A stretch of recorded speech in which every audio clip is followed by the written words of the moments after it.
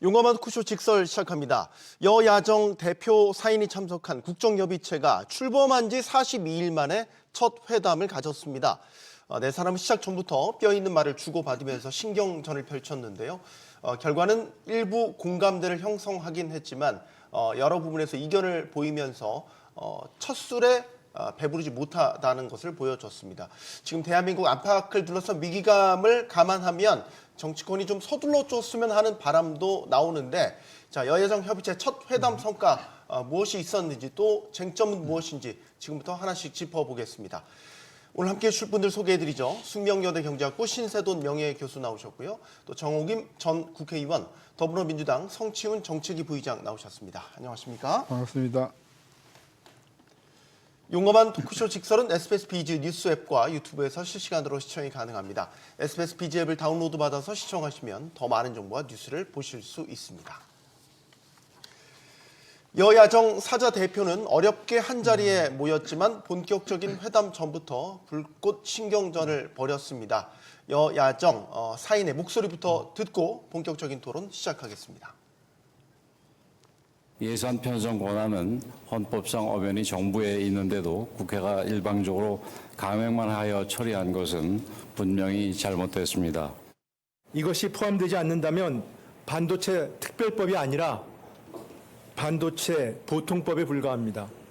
합의하기 어려운 조건을 붙여서 이거 안 되면 끝까지 안 하겠다. 이렇게 하는 것은 별로 그렇게 우리 국민들께서 흔쾌히 동의하실 상황은 아닌 것 같습니다.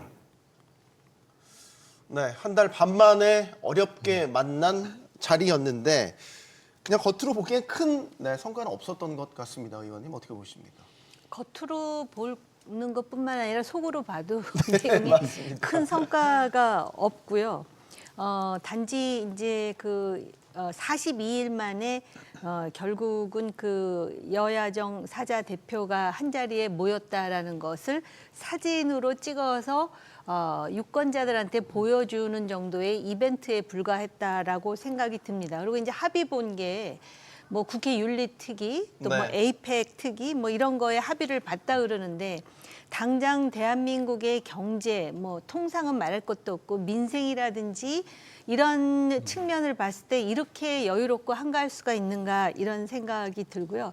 제가 또 그 정치를 보고 있는 사람으로서 주목하는 거는 여야정 사자 특위인데 마치도 민주당이 집권당 같고 그리고 마치도 그 집권당 중심으로 해가지고 지금 반도체 특별법이라든지 추경을 이렇게 주도하는 것 같은 이상한 분위기. 그런데 그 주도하는 민주당이 뭐 중도 우클릭 운운했지만 실제로 내용을 보면은 중도 우클릭이라는 것이 얼마나 허울 좋은 것인가라는 걸 다시 한번 확인하는 계기가 되었다 이렇게 보여져요. 네. 사실 실무진 협의에서도 이견을 좀처럼 좁히지 못했고 그래서 일단 탑다운 방식으로 한번 만나서 이야기를 해보자라는 자리였는데 사실상 빈손으로 끝났다라는 평가가 지배적인 것 같습니다. 성 부의장님. 그래서 저는 최대한 긍정적으로 좀 얘기를 해보고 싶은데요. 왜냐하면 시작이 반이다라는 말도 있고 그리고 사실 이 정치적으로 워낙 지금 여야가 대립을 하고 있고 극한의 대립 현상을 보이고 있기 때문에 뭔가 이렇게 만나서 이야기했다는 것 자체가 저는 의미가 있지 않나라는 생각을 합니다. 그리고 일단 여야가 지금 합의한 게 추경이 필요하다. 왜냐하면 경기가 지금 너무 어려운 상황이고 어떻게든 특단의 대책을 마련해야 된다는 그 공감대를 형성했다는 것 자체가 저는 매우 의미가 있다고 생각을 하고요. 지금 그 이재명 대표가 얘기한 거 우리 당에서 계속 주장하고 있는 것은 여야정 국정협의체잖아요. 그러니까 협의를 하는 겁니다. 근데 민주당이 뭔가 얘기를 했을 때 민주당이 이거를 고집하면 절대 할 수 없다. 이거 하나가 안 빠지면 우리는 전체적인 큰 틀에 합의를 할 수 없다. 이런 식으로 국민의힘이나 정부가 나오는 것에 대해서 민주당은 불만을 이야기하는 겁니다. 왜냐하면 정치라는 것이 결국 서로가 원하는 게 있고 결국 예산을 어떻게 배분할까의 싸움인 건데 그럼 민주당이 원하는 것도 좀 들어주고 국민의힘이 원하는 것 좀 더 들어주고 이것을 좀 협의에 가는 과정을 보여드리자라는 건데 민주당이 원하는 거 이거 끝까지 더 이거 안 받아주면 우리 안 해. 뭐 이런 식으로 얘기를 해버리면은 협의라는 게 의미가 없는 것 아니냐라는 걸 우리는 계속 얘기하고 있는 겁니다. 그래서 중간 지점을 어딘가 모르겠지만 찾아가자. 그것이 협의다라고 계속 민주당은 예산 관련 협의나 정책 관련 협의나 이런 거 할 때마다 주장을 하고 있는 건데 국민의힘이 워낙 지금 갈등이 워낙 심하다 보니까 이거를 좀 계속 안 받아주고 있거든요. 근데 전 그래도 이렇게 자리에 모였고 추경의 공감대를 형성했고 우리가 하겠습니다라고 이렇게 선언한 이상 결국 강론을 만들 수밖에 없습니다. 강론을 만들 수밖에 없는 상황이 됐으니까 어떻게든 실무진 협의에서 저는 합의안을 도출할 거라고 보고 좀 그렇기 때문에 저는 조금 긍정적으로 바라봐 주자라는 말씀을 드리고 싶습니다. 네, 일단 시작이 반이라는데 무게를 두고 말씀해 주셨어요. 신 교수님은 어떻게 보셨어요?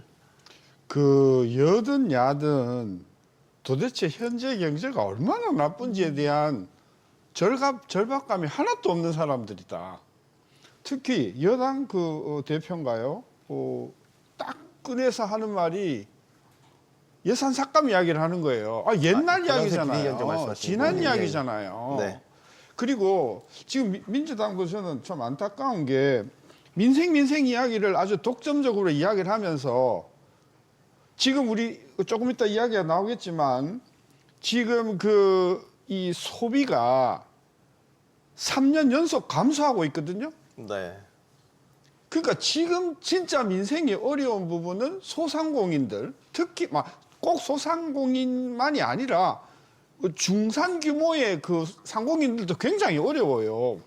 그리고 제가 어제 그 연구를 끝냈는데 2019년도를 100으로 놓고 대한민국의 대표 산업 30개를 놓고 보니까 네. 2019년보다 높은 산업이 딱 4개밖에 없어요. 반도체, 자동차, 그다음에 화학, 그다음에 의료 이 정도밖에 없거든요. 나머지 26개는 전부 다 나쁘고요. 섬유 산업 같은 경우에는 2019년도에 50% 수준밖에 안 되거든요. 저는 이게 민생 아니냐. 이게 민생이라고 생각하는데 지금 민주당 쪽에서는 소비 쿠폰 이야기를 하고 있다는 게 참 한심해 보이는 거고요. 조금 이따 이제 좀 이야기를 하겠지만 반도체 지금 도대체 트럼프 정부가 들어와 가지고 트럼프 정부가 무슨 정책을 내놓는지 여야는 안 들여다보는 것 같아요. 트럼프 정부의 5대 목표 중에 하나가 뭐냐면요. 반도체 도미넌스 아닙니까? 네. 근데 그 핵심 내용을 보니까 바이든 정부 때 식의 그런 돈을 줘가지고 키우는 거는 안 한다. 그 대신 규제를 푼다. 그래서 규제 혁파를 통한 반도체의 도미넌스가 그게 키워드거든요. 네. 근데 우리는 지금 여든 야든 간에 전부 규제하자, 돈 주자 이런 거 아니겠어요? 좀 그런 면에서 이런 내용들이 저는 앞으로 트럼프가 상호무역을 이야기하면서 야, 우리는 이런 거 안 하는데 왜 너희는 지원금을 줘? 그거 불공정 무역이가 그대로 우리가 보복 조치할 거야. 그러면 어떡하려고? 저는 그래서 반도체 산업에 대한 저는 재정 지원도 저는 반대하고요. 그 대신 반도체 산업을 옥매고 있는 각종 규제는 풀어줘야 된다. 네. 저는 그것이 트럼프 정부가 가는 길이고 그것이 한국의 반도체 산업이 가야 되는 길이다. 그런 차원에서 네. 정리하면 지금 여야가 도대체 뭐가 시급한지를 저는 모르고 있다. 네. 그렇게 비판하고 싶어요. 사안별로 하나씩 나눠서 볼게요. 일단 추경부터 이야기해 보겠습니다. 지금 정 의원님, 추경을 하자는 것에는 여야 공의 네. 공감대가 만들어져 있다. 네. 라는 건데 이제 선결 조건이 좀 다른 거죠. 그 추경의 규모도 지금 그 민주당은 굉장히 크게 잡았어요. 35조 원. 네. 그런데 이제 한국은행 총재의 경우는 한 20조 정도를 생각하고 있는 거 아니겠습니까? 네. 그리고 사실은 좀 그 자가당착인 게 예산을 팍 줄인 장본인이 바로 민주당이에요. 근데 이제 네. 와서 추경을 또 확 늘리자 그러잖아요. 그러니까 이 정치인들이 정책에 관여할 때의 문제는 뭐냐면 항상 표를 생각하기 때문에 거기서 자기 모순이 늘 이렇게 노정될 수밖에 없다라는 것이죠. 특히 요번에 지난번에 추경을 하면서 이재명 대표가 무슨 얘기를 했냐면 자기가 강조했던 그 민생 지원금이라는 거 있잖아요. 네. 그거는 추경에 걸림돌이 되면 뺄 수도 있다 그랬는데 35조 추경을 만들어 놨는데 내용을 네. 보니까 그게 있더라는 겁니다. 그런데 뭐 그걸 다시 또 뭐 소비 쿠폰 아니면 소비 쿠폰이 안 되면 뭐 청년을 지원하는 뭐 이런 얘기를 하는데 실제로 본인이 중도 우클릭이라는 것이 원래 민주당의 본류다 뭐 이런 얘기까지 하는 상황에서 네. 이게 그 정치적으로 추경의 걸림돌이 되고 추경의 규모라든지 이런 걸 볼 때 좀 합리적인 선을 제시해야 된다면은 오히려 자기가 이 부분에서 또 자기 스스로 얘기를 했습니다. 이게 걸림돌이든 뺄 수 있다고. 그런데 어제 그런 얘기는 없이 뭐라 그러냐면은 강론, 예를 든다면 뭐 실무 협의에서 추가 뭐 합의를 도출한다든지 아니면 심도 있는 얘기를 한다. 언제 실무를 합니까? 항상 악마는 디테일에 있는 거거든요. 네. 그런 차원에서 그리고 추경이 가장 급하다라는 인식에 공유가 있다면 일단 그 이재명 대표가 그 정치적으로 쟁점이 되어 있는 그 부분에 그리고 청년과 관련해서는 이미 예산에 충분히 반영돼 있다라는 것이 국민의힘의 입장이에요. 그렇다면은 저 초거대 그 일당으로서 이런 부분에 좀 합리적이고 유연한 모습을 보여주는 것이 본인의 정치적 입지에도 나쁘지 않을 것 같은데 그럴 생각이 아직은 있는 것 같이 보이지 않습니다. 네. 일단 민주당이 예산을 삭감한 것에 대해서 유감을 표명해 달라는 요구도 있었고 일단 지금 여당에서 요구하는 전제 조건, 선결 조건이 있잖아요. 예. 근데 저희는 이렇게 주장하고 싶은 게 그 올해 원래 정부가 제출했던 예산안이 677조 원입니다. 근데 네. 그 중에서 민주당이 삭감해서 통과시킨 게 4조 원을 삭감해서 673조 원을 통과시켰죠. 근데 사실 그 중간에 협의하는 과정에서 2조에서 3조 정도를 다시 증액하는 그 안을 논의하다가 결국 이게 협상이 안 됐던 건데요. 네. 근데 결국 정부가 갖고 있는 권한, 정부는 이제 증액 권한과 그 신설 항목을 만들 수 있는 권한을 갖고 있는 것이고 국회가 갖고 있는 권한은 감액 권한만 있습니다. 서로 갖고 있는 무기를 갖고 협상을 하는 정치적 협상을 해가는 게 이 예산안을 결국 만들어내는 그 과정인데요. 근데 계속해서 작년 그 예산 그 협상 과정을 보면은 그 정부에서는 결국 특활비가 핵심이었는데 특활비를 이걸 다 돌려주지 않으면 우리는 이거 동의할 수 없다. 계속 그 자세로 나왔거든요. 민주당에서는 특활비 이거에 대한 지금까지 사용했던 증빙을 하지 않으면 우리는 이것도 해줄 수 없다라는 입장을 견지했던 것이고요. 그렇기 때문에 그 특활비라는 거 하나 때문에 나머지 그 4조 원, 4조 원 중에 2~3조를 늘리는 거에 대해서 국민의힘은 거부했던 거거든요, 정부가. 그렇기 때문에 네. 677조 원 중에 4조 원을 감액한 것이 과연 국정원을 어려울 정도로 우리가 만든 것이냐. 사실 윤석열 대통령은 그 비상계엄을 하면서 이 예산 삭감도 이유로 들었었거든요. 677조 1%도 안 됩니다. 그 금액이 그렇게 중요했느냐라는 말씀을 드리고 싶은 거고 그 강론으로 들어갔을 때 민주당이 주장하는 것과 국민의힘 주장하는 것 결국 협상하는 그 과정에 국민의힘은 항상 말합니다. 국민의힘은 우리가 말하는 거 다 안 들어주면 이거 하나라도 빠지면 절대 협의할 수 없어. 이런 식으로 나오기 때문에 민주당이 도통 협상을 할 수 없고 정치적 결과를 만들어낼 수 없다라는 주장을 그때도 얘기하는 거고 추경 과정에서도 계속 얘기하고 있는 겁니다. 민주당이 일단 삭감안을 밀어붙인 거에 대해서 정치적으로 유감 정도는 표명할 수 있습니까? 저는 없다고 보는 게 왜냐하면 그 결국 쌍방이거든요. 그러니까 민주당이 삭감안을 통과시킨 게 끝까지 정부가 국민의힘이 이 4조 원 우리가 원하는 이거 안 해주면 우리는 절대 동의 못해라고 그 고자세를 유지했기 때문에 민주당이 통과시킨 거기 때문에 사실 네. 민주당이 원하는 예산들도 다 포기했습니다. 왜냐하면 민주당이 원하는 예산 정부가 이 신설해주지 않으면 못 만들거든요. 네. 그렇기 때문에 민주당이 원하는 예산도 다 포기한 이유가 결국은 국민의힘이 원하는 정부가 원하는 이거 안 해주면 특활비 되돌려주지 않으면 우린 아무것도 안 해줘라는 그 고자세 때문에 한 것이기 때문에 저희는 계속 쌍방이라고 주장을 하는 것이죠. 지금 쟁점이 될 만한 거 일단 제외하고요. 민생 지원과 관련된 거, 그리고 인공지능을 비롯한 미래산업 지원과 관련된 것, 또 최근 관세를 비롯한 통상과 관련된 지원 이런 부분들은 예산안에 담자라는 거는 이제 합의가 이루어졌거든요. 적절하다고 보십니까? 아니 그 적절한 걸로 따지면 민생도 적절하고 추경도 적절하고 다 적절하죠. 문제는 이렇게 해놓고 실제로 실무 협의에 가면 아무것도 내놓지 못한다는 게 그동안의 기록 아닌가요? 저는 네. 그런 면에서 뭐 추후에 협의하기로 했다? 이거는 뭐 합의를 본 것이다. 이렇게 민주당 그 발표를 보니까 굉장히 이것도 뭐 좋게 해석을 했는데 전 기대하지 않고요. 저도 여당의 태도는 분명히 문제가 있어요. 아니, 모두서부터 삭감한 것 갖고 끄집어내고 이게 아니면 죽어도 다른 것을 못하겠다라고 하는 것은 진짜 국민의 민생을 저는 제대로 돌보지 못하는 태도다라고 하는 걸 제가 비판하면서도 민주당에 대해서 제가 쓴소리 안 할 수 없는 게 그런 태도를 모르냐는 거예요. 국민의힘이 그런 거를. 그러면 그런 태도를 모르면 그럼 어떻게 하면 저 사람들이 나올까 하는 것을 분명히 생각을 했을 거고 국민의힘은 절대로 뭐 이거 안 할 거야 그러면 이 회의를 하질 말아야죠. 예? 그 해가지고는 했다. 그리고 아까 우리 부 대표께서는 상당히 긍정적인 효과가 있었다. 이렇게 이야기하는 것은 국민의 입장에서 보면 굉장히 속 터지는 이야기예요. 아무것도 해놓은 게 없으면서 뭔가 발전이 있었다라고 하는 것은 이건 정치적인 평가지 국민의 보기에서는 저는 민주당도 신랄한 비판을 받아야 된다. 저는 그런 차원에서 집권 여당도 국민의 민생이 어려운 걸 좀 진짜 생각을 좀 하셔야 되고 민주당도 뭔가 이루어내기 위해서는 좀 굴력적으로라도 그동안에 기본적으로 해왔던 내용이라도 예를 들면 대표적인 게 소비 쿠폰 아닙니까? 저는 뭔가 이게 이루어내야 되는데 그런 건 못 이루어냈다는 측면에서 민주당도 되게 섭섭하다, 국민의 입장에서는. 네. 저도 신 교수님 생각에 동감을 하고요.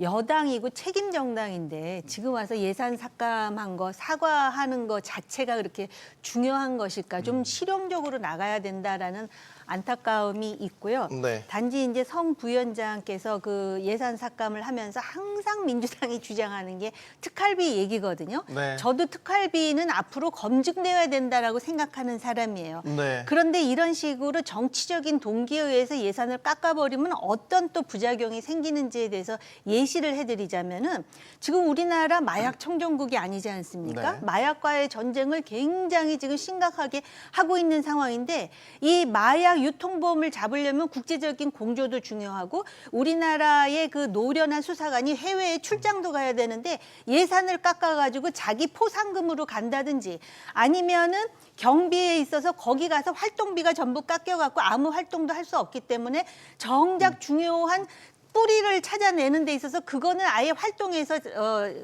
빼버린다든지 이런 식으로 지금 나오고 있다라는 거예요. 이게 똑같은 얘기는 아니지만은 민주당이 소위 공수처법 만들면서 지금 대통령 탄핵 과정에서 어떤 일을 겪었는지 예산하고는 다른 문제지만 네. 그래서 모든 걸 이렇게 정치적 동기에 의해서 하게 되면은 반드시 뒤탈이 있다라는 것이고요. 지금 포커스를 맞춰야 될 거는 교수님이나 부위원장 말씀하셨듯이 지금 민생을 어떻게 그리고 소비를 어떻게 진작을 시키며 경제를 어떻게 회생 부활시키느냐에 있지 않습니까? 그럼 추경이 매우 급한데 지금 추경에서 아까도 말씀드렸듯이 지금 이재명 더불어민주당 대표가 그 민생 지원금 25만 원. 근데 소비 쿠폰을 통해서 지급하는 방식이라 그랬는데 이 소비 쿠폰이 얼마나 효율적이냐 이거에 대해서도 자신이 없으니까 네. 그게 어렵다면 청년 일자리에 쓰자 그랬는데 아까도 말씀드렸듯이 청년 일자리는 정부가 역점을 두고 이미 예산에 반영됐다 그러면은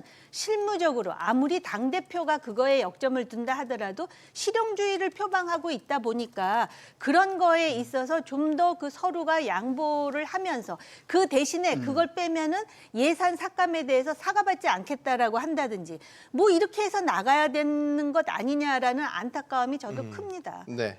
민생 회복 지원금 이야기가 나왔으니까 이거부터 먼저 이야기를 해보죠. 지금 좀 설명이 필요해요. 예, 민주당은 그러니까, 네, 많이 사실 어쨌든 안에 포함이 됐잖아요.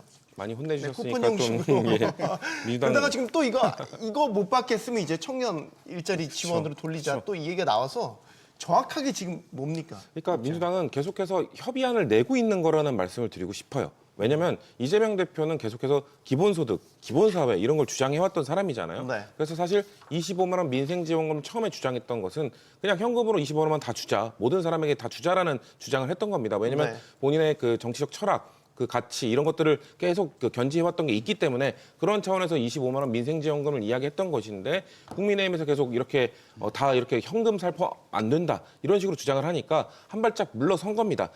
그래 25만 원을 다 현금으로 줬을지 지금 워낙 지금 소비가 얼어붙어 있으니까 현금을 그냥 쓰지 않고 쟁여둘 수도 있겠구나. 그래 그럼 인정한다. 그러면은 소비 쿠폰으로 통해서 소비 쿠폰을 주면은 안 쓸 수가 없거든요. 네. 그걸 안 쓰면은 이게 소멸돼 버리는 것이기 때문에 어떻게든 지금 우리가 다 인정하는 건 경기가 너무 어려우니까 경기를 좀 회복시키기 위한 마중물로서 뭔가 25만 원 소비 쿠폰을 주면 이걸 회복시킬 수 있지 않겠느냐. 저희는 민생지원금 현금에서 쿠폰으로 어떻게든 다 쓸 수 있는 것으로 한 발자국 물러선 겁니다. 근데 이것도 안 되겠다? 그럼 청년 예산으로 쓰자. 저희는 계속해서 뭔가 저희 민주당이 계속 주장하던 거에서 한 발자국씩 계속 물러나면서 있어서 그러면 어떻게 협의안을 찾을 수 있을지 대안을 제시하고 있는 것이거든요.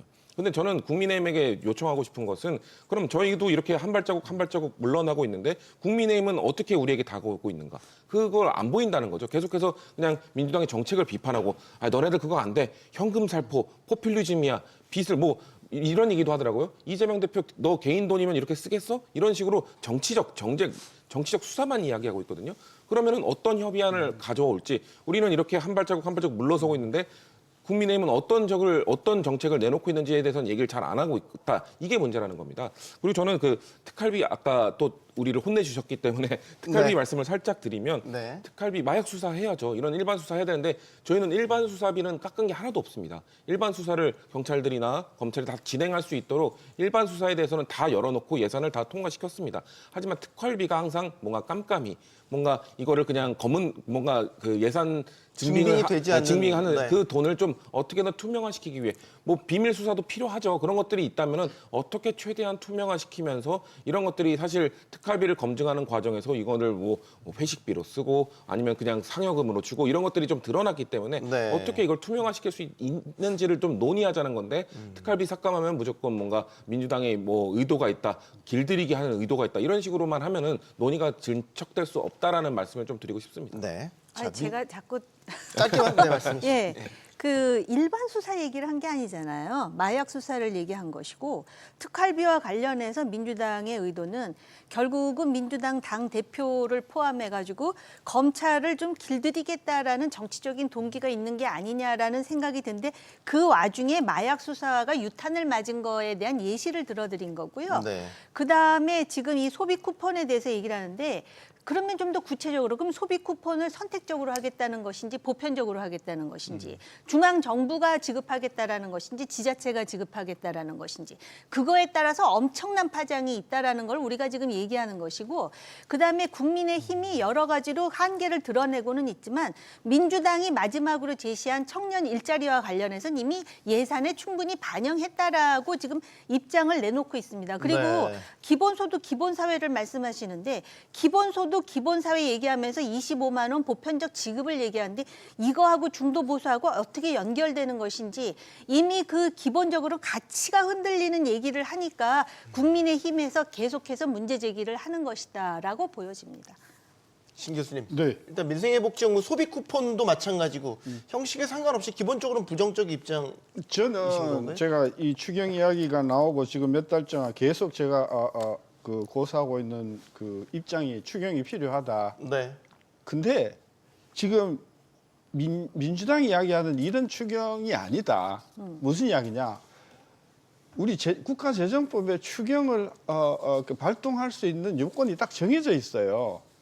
이번에 비상계엄 사태로 인한 후유증은 저는 충분히 국가재정법에 해당되는 상황이다. 추경 요건에 해당된다. 해당된다. 네. 나머지는 그 추경에 안 된다 요건이. 아니 반도체가 나쁜 게 무슨 추경이냐. 저는 그런 차원에서 추경을 너무 남발하는 것에 저는 좀 경종을 울리고 싶고 이번에 추경이 필요하다면 계엄 사태에 의한 피해를 지금 피해가 사실 통계적으로 지금 나타나고 있거든요. 12월과 1월 달에 몇몇 개 업종, 특히 숙박, 음식, 그다음에 유흥, 그다음에 스포츠 뭐 이런 몇몇 개 업종은 굉장히 나쁜 걸로 통계가 나왔으니 그런 업종을 저는 전적으로 지원해주는 추경은 필요하다. 전 나머지 사항들은 이 추경하고 아무 상관없는 저는 그 예산이라고 봐서 저는 반대했던 것이고 그렇다고 하면 계산이 딱 나와요. 지금 비상계엄으로 인해서 피해를 지난 12월, 1월, 2월 3개월 동안 본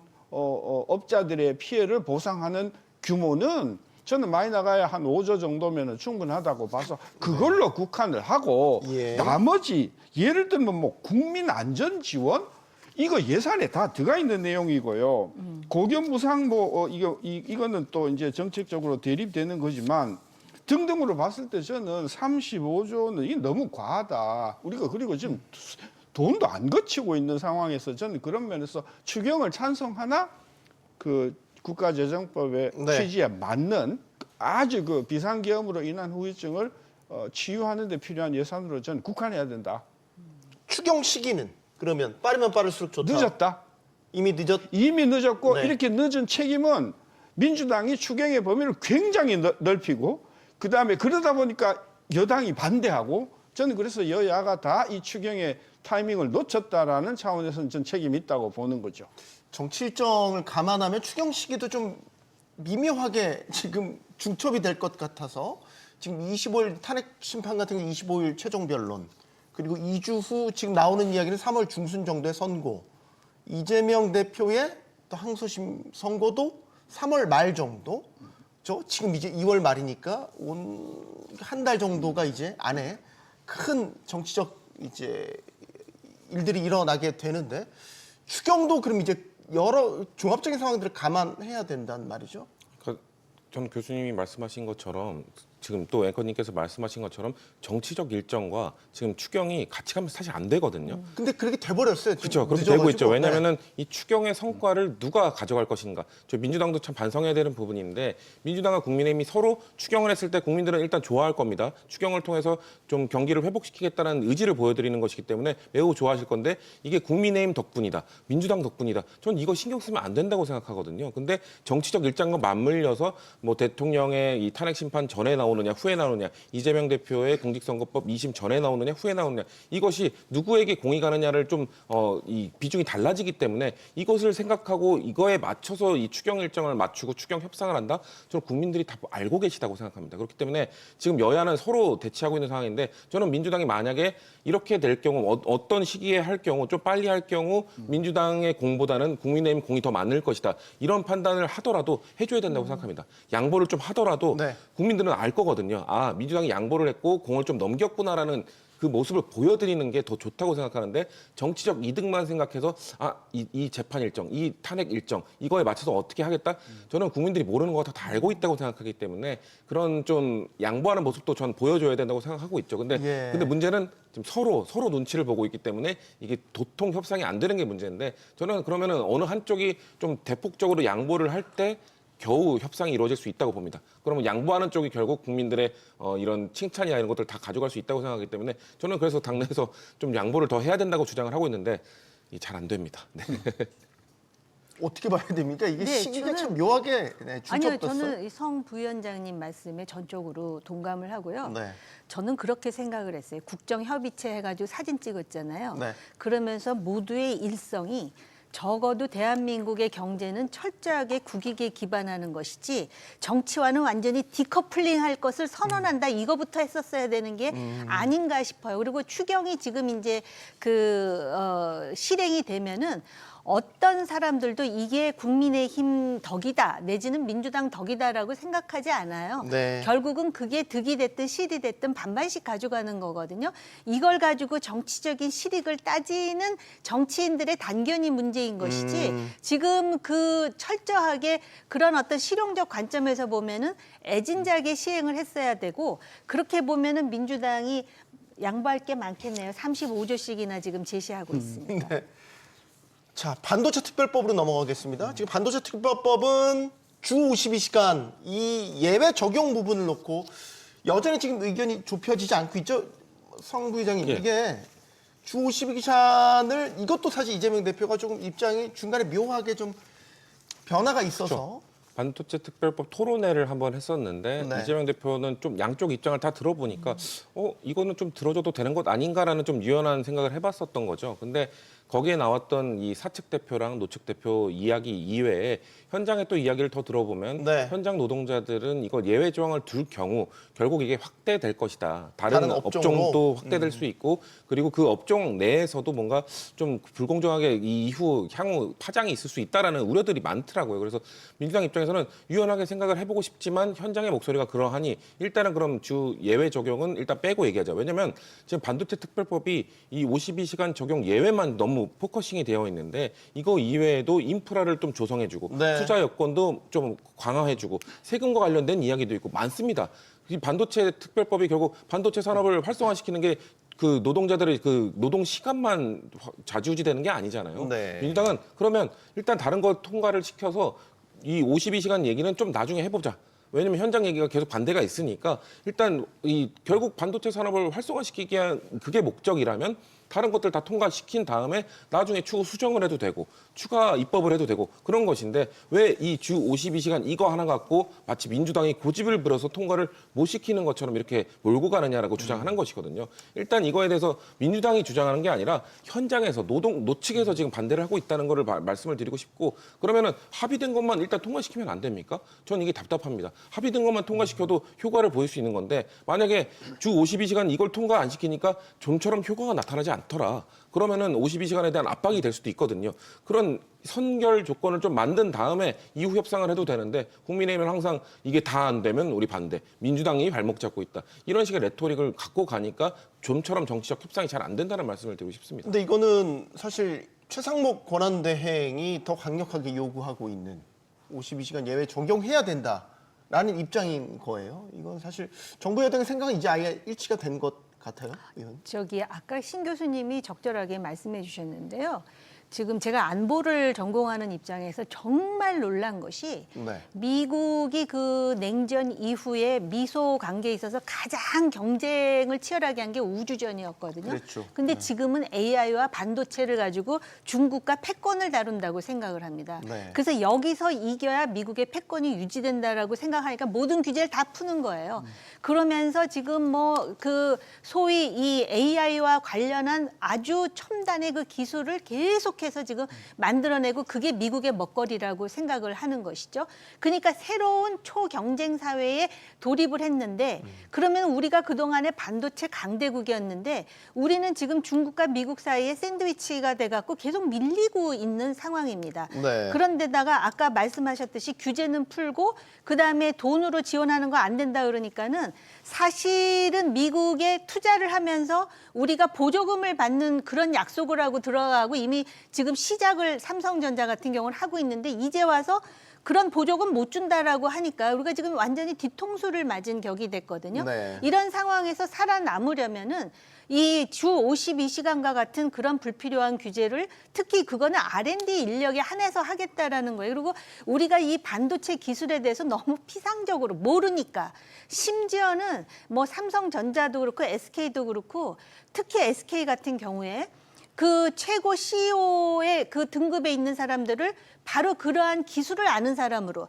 그러니까는 오너가 잘 못 알아들어도 일단 그렇게 기술 경쟁이 지금 전격적으로 정말 빠르게 돌아가고 있다는 걸 알 수가 있거든요. 네. 그런 상황에서 이재명 대표가 주 52시간 그것에 대해서 상당히 유연할 것처럼 얘기를 했었잖아요. 제가 안타까운 건 국민의힘이에요.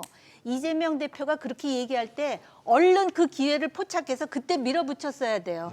근데 거기서 한 템포가 늦어지니까는 이재명 대표가 민주당은 자기 손 안에 있다고 생각을 하는데 민주노총은 자기 손 안에 있지 않거든요. 그러다 보니까 지금 딴소리 하잖아요. 그러면서 또 주 4일째 얘기를 하고 이렇게 정치적으로 이러한 것이 파장을 겪게 되면 우리는 이 반도체와 관계해서도 실기할 수밖에 없는 상황이 돼요. 그리고 이 주 52시간 지금 대만의 TSMC인가요? 네. 그런 데는 뭐 주 70시간, 80시간 일한다는 거 아닙니까? 연구 개발을 하는데 주 52시간 하고 자 시간 됐으니까 퇴근하시오 이렇게 해가지고 언제 그 기술을 따라잡겠습니까? 물론 노동자의 건강권을 무시해서 드리는 말씀이 아니에요. 오죽하면은 최상목 권한대행이 이거 특별법이라고 해놓고 이거 빠지면 일반법 내지는 보통법밖에 안 된다라고 얘기를 하겠습니다. 거기 그 52시간 빼놓고는 인프라 지원하고 세제 지원이라고 돼 있는데 네. 그거 가지고 안 되니까 이미 안 된다는 걸 확인했으니까 지금 이렇게 급하게 얘기를 하는 건데 참 그 답답한 상황이죠. 신 교수님. 예, 네. 저 기본 입장은 대한민국의 반도체만 사람인 게 아니다. 전 민주당이 반도체에 대해서 이렇게 나오는 게 전 의외인데 일단 지금 대한민국의 반도체 자동차를 제외하고는 지금 굉장히 어려운 상황이기 때문에 국가 정책은 반도체만 편향적으로 좀 지원하지 마라. 제가 그걸 지장하고 싶고요. 두 번째, 꼭 반도체를 하고 싶으면 미국이 지금 트럼프 정부가 어떻게 하고 있는지 좀 보고 지원법을 새로 만들든지 해라. 그래서 지금은 뭐 인프라에 뭐 투자를 하고 뭐 펀드를 조성하고 이럴 게 아니다. 이거 만약에 됐다고 하더라도 트럼프 정부가 이거 걸고 넘어지면서 불공정 행위다라고 때리면 다 유야무야 될 그런 것이기 때문에 지금 여야가 머리 맞대고 반도체의 미래가 중요하다고 생각하면 일단 대표부를 미국에 보내서 트럼프 행정부가 앞으로 어떤 정책을 내는지를 보고 그거 갖고 걔네들의 어떤 기준에 합당한 우리가 지원 정책을 해야 된다. 그런 관점에서 놓고 보면 52시간을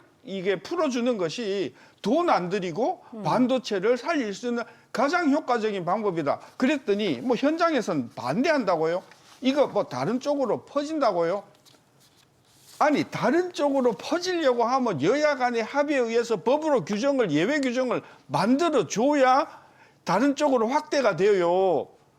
여야가 그 부분은 다른 쪽을 막아주면 52시간이 다른 쪽으로 확대될 수가 없어요. 그러니까 저는 그런 면에서 미국의 그 트럼프 정부가 이 반도체에 대해서 지금 벼르고 있습니다. 아까 5개 이야기했지 않습니까? 네. 트럼프의 5개 기본 정책이요. 통상을 미국 우선으로 한다는 것. 두 번째는 국가 안보 매우 중요하다. 모든 것이 국가 안보 차원에서 보겠다는 것. 그다음에 세 번째가 에너지 생산을 아주 느릴 수 있는 대로 느려서 에너지 패권을 완전히 잡겠다는 것. 그다음에 AI를 패권을 잡겠다는 것. 그리고 마지막이 대폭적인 규제 완화입니다. 이 5개의 미국 정책이 우리가 기준으로 놓고 우리나라 정책도 해야 된다는 차원에서 저는 죄송한데 최상목 장관이 그 중요한 기회에 나와서 52시간이 빠지면 반도체 보통법이라고 하는 걸 보고 저는 그렇게 말하면 지금은 트럼프가 반도체에 관련된 규제를 지금 대폭 풀고 있으니 네. 우리도 거기에 맞춰서 풀어야 된다 이렇게 저는 말을 했었어야 된다고 생각해요. 자, 김문수 고용노동부 장관이 또 돌직구를 날렸습니다. 반도체 특별법과 관련해서 주 52시간 예외를 반대하고도 잘사니즘을 이야기할 수 있냐. 이게 이제 이러면 안 돼. 자꾸 정치적 레토릭이 이게 만들어져요. 원하지 않는 상황인 것 같기도 한데, 성 부위원장님. 근데 김문수 장관이 저는 이중 행보를 보이고 있다고 생각합니다. 사실 국무위원이기 때문에 이 정치적 발언을 매우 지양해야 되는 것이거든요. 근데 김문수 장관이 지금 보수 진영의 이 지지율이 아주 좋게 나오다 보니까 이런 정치적 발언을 하고 싶어 하는 것 같아요. 그러다 보니까 제가 말씀드린 것처럼 국무위원으로서 자제해야 된다는 그 기본 원칙 때문에 이 노동정책, 이 52시간 같은 이런 것과 관련돼 있을 때 좀 세게 발언들을 하고 계시거든요. 근데 사실상 이 김문수 장관이 뭐 대통령의 탄핵은 안 된다, 복귀가 최우선이다 이런 식으로 말씀하시면서 본인은 이 조기 대선을 준비하는 이런 모습들, 이 정치적 발언들은 사실 국무위원이라면 국민의힘 소속이 아니라 국무위원이잖아요. 국민의힘이라면은 만약에 이재명 대표나 민주당이 뭐 정책을 얘기했을 때 그거 반대합니다, 말도 안 되는 소리입니다 이렇게 얘기할 수 있습니다. 네. 하지만 국무위원이라면 제1야당이 뭔가 정책적으로 얘기를 하면은 그것도 우리가 검토해 보겠습니다라고 얘기를 해야죠. 여야가 위치가 다른 거잖아요. 국무위원이라면 행정부라면은 입법부의 이야기를 들어줘야 되는 건데 김문수 장관은 계속해서 뭔가 이재명 대표나 민주당의 정책에 대해서 아주 신랄하게 비판하면서 뭔가 정치적 레토릭을 쏟아내고 있단 말입니다. 저희는 이게 잘못됐다고 지적하고 싶은 겁니다. 네. 정말 국무위원으로서 남아 계시던가 아니면 그런 정치적 비판을 하시고 싶으면 국무위원을 관두고 이제 대선 후보로서 나오십시오. 나와가지고 민주당의 정책에 대해서 비판을 하셔야지 어떻게 고용노동부 장관으로서 제1야당의 정책에 대해서 이렇게 정치적 수사를 사용하면서 비판하는 것은 매우 부적절하다는 말씀을 저희는 드리고 싶습니다. 차기 대선 후보로서 여권 내에선 지금 가장 높은 지지율을 받고 있죠.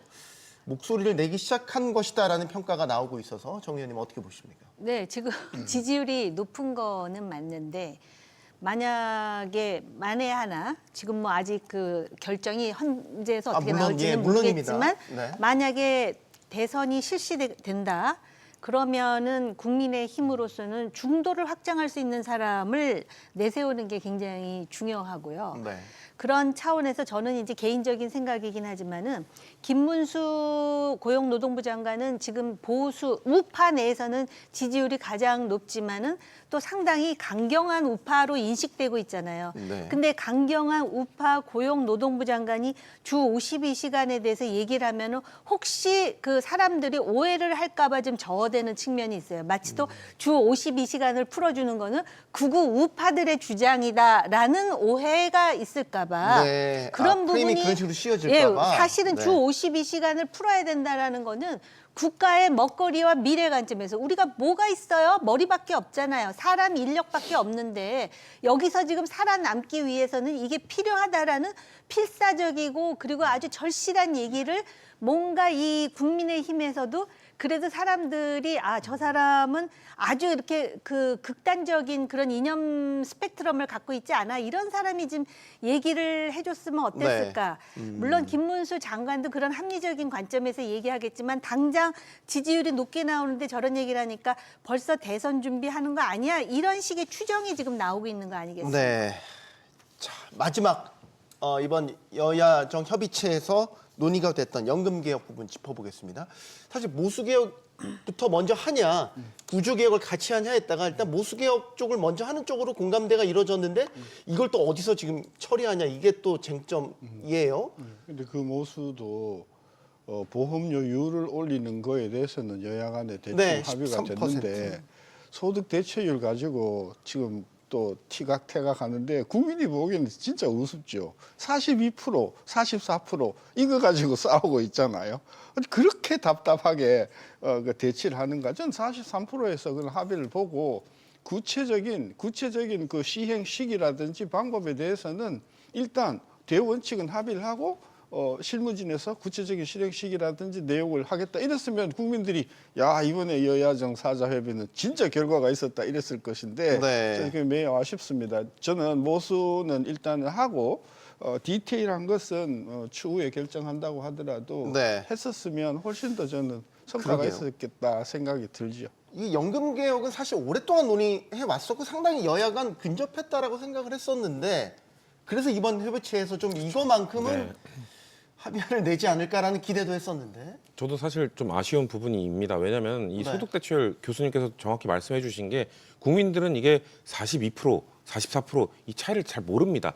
솔직히 그 적용이 되고 한참 뒤에나 이거를 이런 차이가 있구나. 사실 그 시기가 와도 얼마나 큰 차이가 있는지를 잘 못 느끼십니다. 근데 이거에 대해서 결국은 뭔가 소득 대체율도 좀 조정을 해야 된다는 것과 보험료율도 조정해야 된다는 것, 이게 합의가 됐으면 어떻게든 국민들께 합의했다는 모습을 보여드리면 되는 것이거든요. 최근에 이재명 대표가 한 언론사 인터뷰 이 대담에 나와서 네. 그 윤석열 대통령과 대담할 때 본인은 사실 이 소득 대체율도 좀 양보하는 안을 갖고 갔다. 어떻게 보면 좀 정부안을 받아들이기 위한 선물로 갖고 갔었는데 좀처럼 협의가 또 안 되더라는 얘기도 했었거든요. 네. 이게 또 윤석열 대통령의 입장도 들어봐야 되겠지만 이런 것처럼 저는 국민들은 결국 이거를 누구의 안으로 갔느냐, 결국 몇 퍼센트가 국민의힘이 최초에 얘기했던 것으로 됐구나, 민주당이 최초에 얘기했던 거로 됐구나, 이거 안 봅니다. 누가 양보해서 이게 합의됐구나를 볼 거라고 생각하거든요.